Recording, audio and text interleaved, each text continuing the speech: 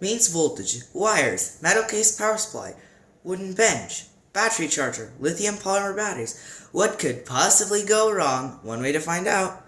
Hello everyone. Today we're going to discuss how to charge these lithium polymer batteries. Remember how I discussed how dangerous they were in the previous video, how to handle and storage them. If you've not checked that video out, I highly advise you to check it out. It has some very critical information. So let's get started. First of all, these batteries are 3.7 volts per cell. They're fully charged to 4.2 volts per cell. This one is 3 cells in series. See? 1, 2, 3. And the balance connector says 3S for 3 series. Which means we're going to charge this with about 12 volts, a little over it. So it's 11.1 volts. We're going to charge it with 12.6 volts to be precise. This bigger one is 5,200 milliamp hour. It was one of those Z batteries in that video. It's just the label got peeled off. Whoops, but the battery's still holding up, and it's the same battery. And in fact, I have the other one in the bigger metal case in that previous video. So let's just get the charger fired up. First of all, this is just a regular SkyRC B6 Neo. And it's powered with a 12 volts 10 amp power supply. Now, for full power from this, you should use a 12 amp power supply at least. But I'm just going to use 10 amps because I'm never going to use the full 200 watts. See, 200 watts. That's way too much. You know me, I like to charge my batteries slow and safe. So, because it'd be great if we use the full power and then the battery is puffed up. Helpful. Very, very helpful. Okay, so now let's just plug it in. And, for information, you should not be concerned about, the metal case being live, as it's actually grounded, and everything's isolated. Let me plug it in.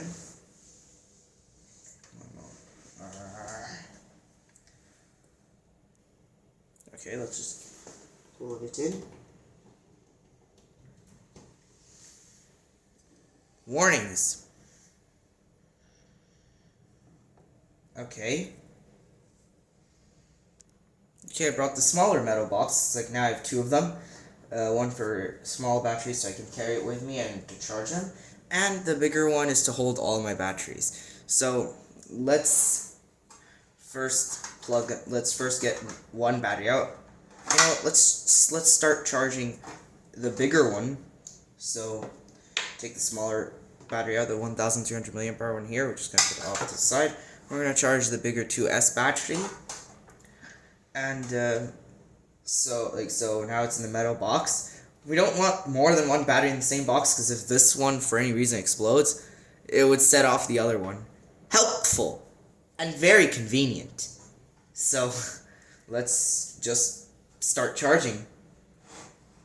Hold it. The charger is not set for the correct battery. Okay, so first battery cells. 2S storage. Oops. Yep, we want it storage charge. We want it 3.8 volts, a little less, so 3.8 volts.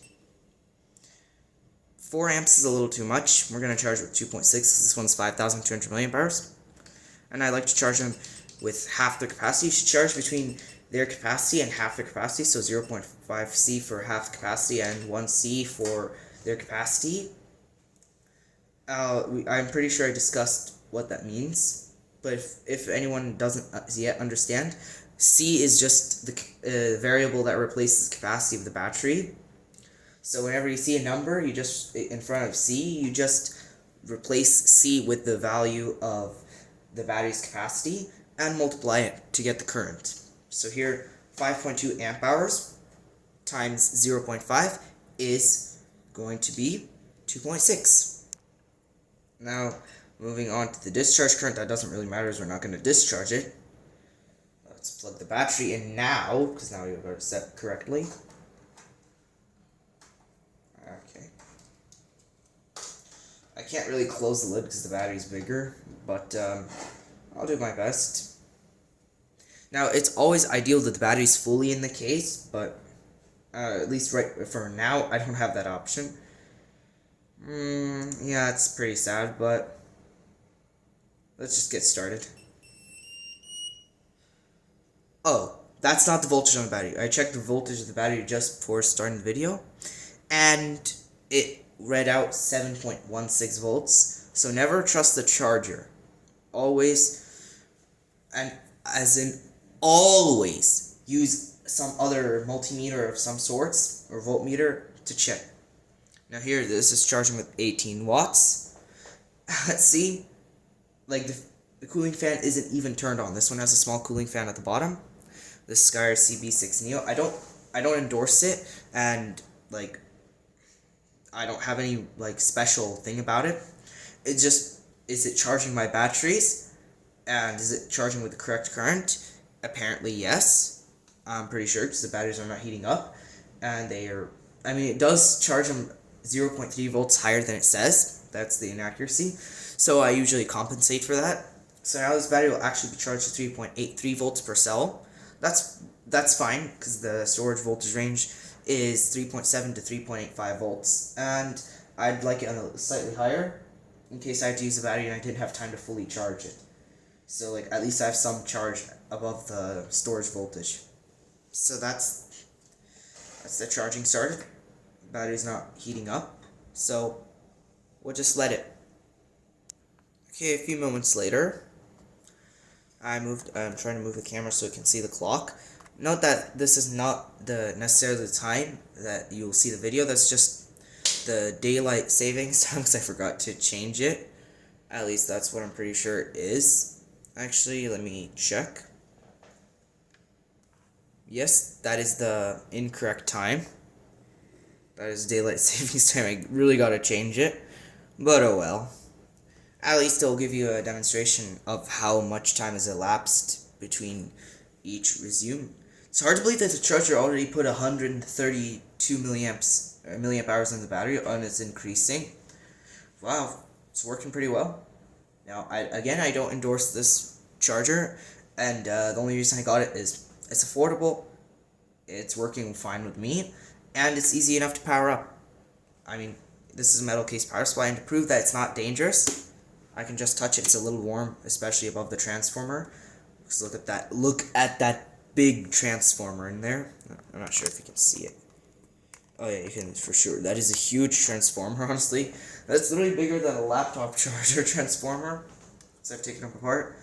But I'm actually surprised how big it is for just a 10 amp power supply. I've seen the transformer, at least what I can see, isn't much bigger than this for something like a power supply for, what was it again?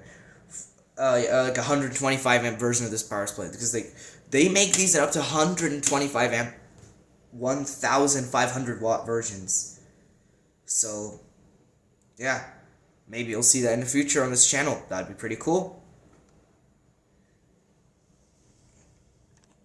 It's actually almost the same size as the transformer in a 400 watt computer ATX power supply, the one I fixed a long time ago on my channel. But this video isn't about the power supply. I might actually make a video about these switched power supplies and how they work, but this video is focused on how to charge the batteries. You don't want to leave them unattended. This one's not getting hot, so we're just going to let it charge, and we'll just make sure that it's just charging safely. Another feature is if you press this up button, you'll see the cell voltages. Again, like we mentioned, they are not to be trusted because it's not always accurate. I could just go back. No. Oh. Okay, there we go. It's still charging. It's a new charger. I've not fully learned how to use it. So that's what's up. Oh, and also the warning you saw on it, very, very, very, very, very important. Because, warnings, we all like them. But, no, not necessarily. They're actually very serious. the warning that was written there, never leave them charging unattended, they pose a extreme fire hazard. That is so true.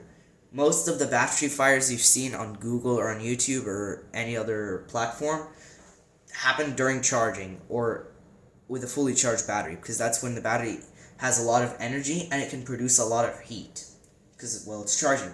It's not a perfect conductor of electricity, with an internal resistance of maybe 10 milliohms or less, depending on the discharge rate of the battery.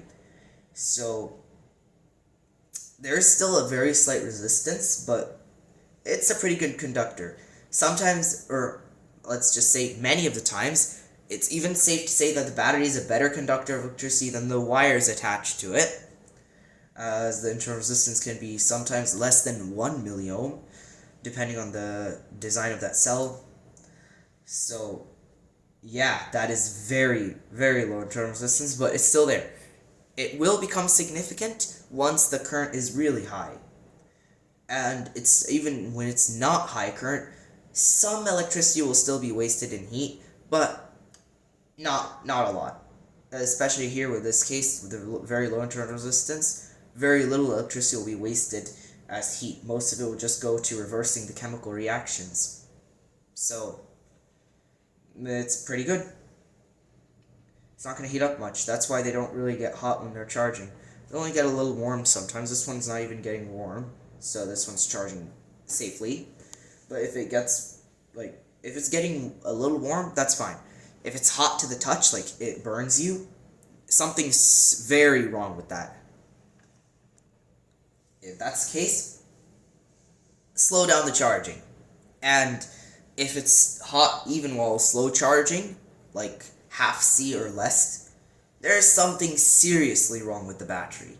And that one should be stopped charging and taken somewhere safe and far away from anything that can catch fire, and supervised for at least 20 minutes. If nothing happens, then it should be just recycled, disposed of properly according to local regulations. Like here where I live, the Home Depot offers a recycling center, offers recycling service for these lithium polymer batteries. They mostly do it actually for the lithium ion batteries and the power tools they sell, but we can recycle lithium polymer batteries in the same thing. And they didn't specify no lithium polymer batteries. In fact, they also allow nickel, cadmium, nickel metal hydride batteries. So I just send my puffed up lithium polymer batteries there whenever they do. I'm not saying that against the Z brand batteries. Again, I don't endorse these. Just they perform very well and they're very budget friendly. Like, you have to see their power. They're very powerful batteries. They're at least more than enough for everything I've made with them so far, everything I've used them to power. So that's just what I used, and they're holding up well. This battery's almost a year old, and I've seen no issues from it. It's working just fine. So I'll just stick to my Z brand batteries. I'm not saying, I'm not paid to say any of this. All of this is just with what I've done. I've paid for the batteries with my money, and then I would actually just test it myself, fair, not biased or anything, and I would test it against other batteries I have, or just see how it does with what I intend it to do, and they've just done so well so far. Now this one actually has had a little bit of an issue. Two of its cells are slightly weak. I guess it's my fault for slightly over discharging them. It's not like a big deal. None of the cells got that low, but yeah, I'd rather not over discharge them. That was at that time I didn't have my multimeter with me when I was using it. What a shame, because I wasn't at home. I was somewhere else, so I couldn't just get it to check the voltage, and it was a little low. So then apparently the cells didn't like that. They've not yet forgiven me. So actually what we're going to do next is we're actually going to see if we can try to fix it, or at least get some of it back with this charger. We're just, I brought the cells back up to a safe to charge voltage.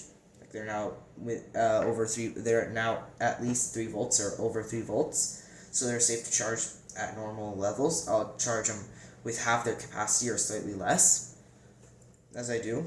So 0.5 C or less. Oh, and very important note. These batteries can be charged with 5C according to the seller, but I would not do that. Absolutely, positively, 100% affirmatively, definitely never do that unless you necessarily have to do it.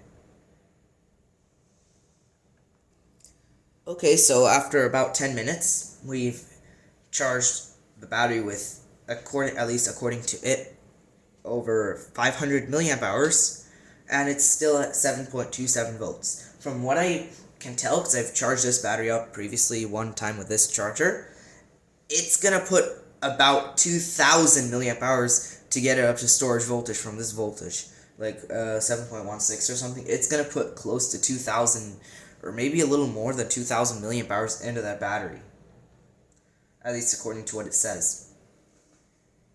Now, I mean, that's kind of a surprise, but also it's not, because of the battery discharge curve, and that this battery is 5,200 milliamp hours. That's pretty big. That's pretty big for a 2S battery. So, that's pretty impressive. So the battery is currently storage charged, at least according to it. It's now 4:28 according to the clock, so it's daylight savings time, 4:28 p.m. So there you go. The battery's done charging. What we do is just reset it, unplug the battery. Its XD60 connectors are very stiff. That's a good thing. We don't want. Why do you look like it? What is this? What is this?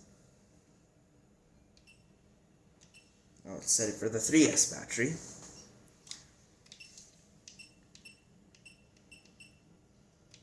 That's far too much. That's 2 times.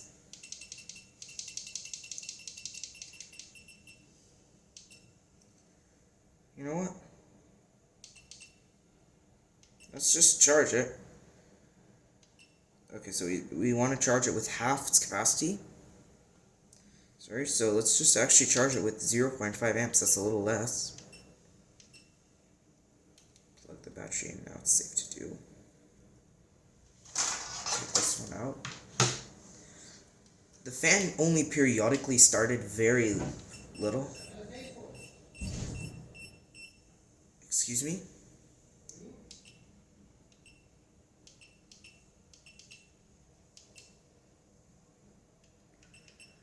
Excuse me?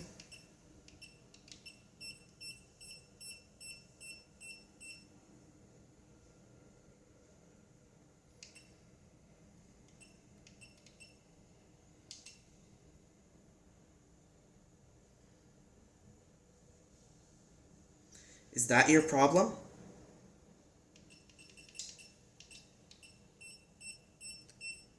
Clearly doesn't want to charge his battery because the cells are drifted off a lot. So, no charging this one, I guess. I have to adjust it somehow. But first, let's see how well it actually charged the other one. Here's my multimeter. See how well it charged this one.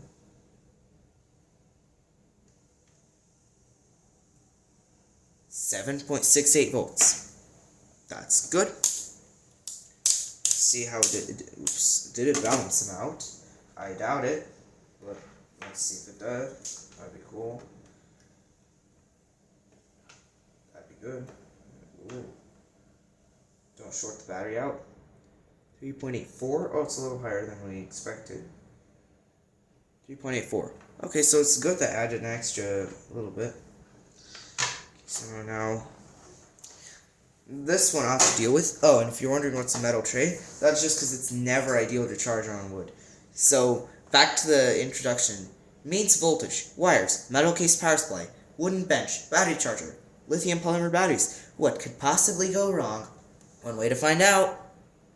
The answer is the mains voltage, wires, metal case power supply, and wooden bench part wouldn't be a problem.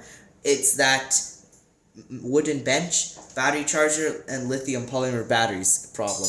Now, I don't have an ideal setup right now. Right here, the floor also is wood, so I had to improvise. I just used the lid of my bigger metal fireproof case for the batteries to charge batteries while they're inside this box. Now here, this one, good thing, I can almost completely close it on.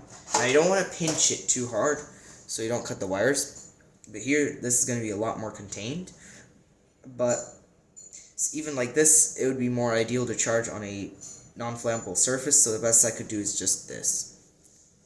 So, I hope you enjoyed. Please rate, share, comment, and subscribe. Thanks for watching.